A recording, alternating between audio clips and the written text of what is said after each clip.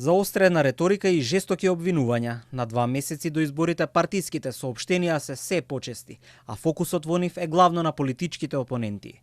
Кој вети Европа, а кој донесе српски свет? Партиите од албанскиот блок со меѓусебни преписки за лаги и неуспеси. Владиниот коалициски партнер вреди ја прозва Демократската унија за интеграција, дека одамна не ги штити интересите на албанците во Македонија, со тоа што го отворила патот за економско и политичко влијание од Белград. Набрзо потоа остро возвратија и интегративците. Под водство на ДУИ, земјата беше преплавена со сомнителен српски и црногорски капитал.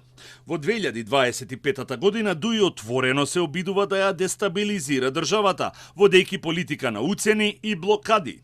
Оваа стратегија служи само на Србија и сериозно ја загрозува евроатлантската ориентација на Македонија. Од ДУИ велат, вреди лаже на секој чекор, со контраобвинување дека тие се тие што донеле српски свет. Од партијата на Ахмети велат дека изборите на есен ќе бидат народен референдум, за да се каже не на лагите и на зависноста од Белград. Вреди лаже на секој чекор. Ветија албанска банка, донесоа српска банка. Ветија европска интеграција, донесоа српски свет и руско влијание. Ветија независно одлучување, донесоа зависност од Вучич и Белград. Порака до интегративците денеска испрати и председателот на владата, Мицкоски, во однос на измените на изборниот законник кои викендов паднаа на Бадентер. Премиерот прстот го впери во Демократската унија за интеграција. Очигледно дека во рамките на нивната структура имаат големи проблеми.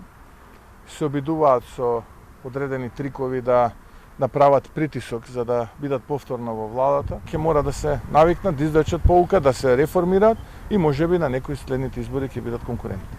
Во меѓувреме на 23 август започнува јавниот увид во избирачкиот список во пресрет на локалните избори на есен. Ке трае 20 дена до 11 септември на полноќ.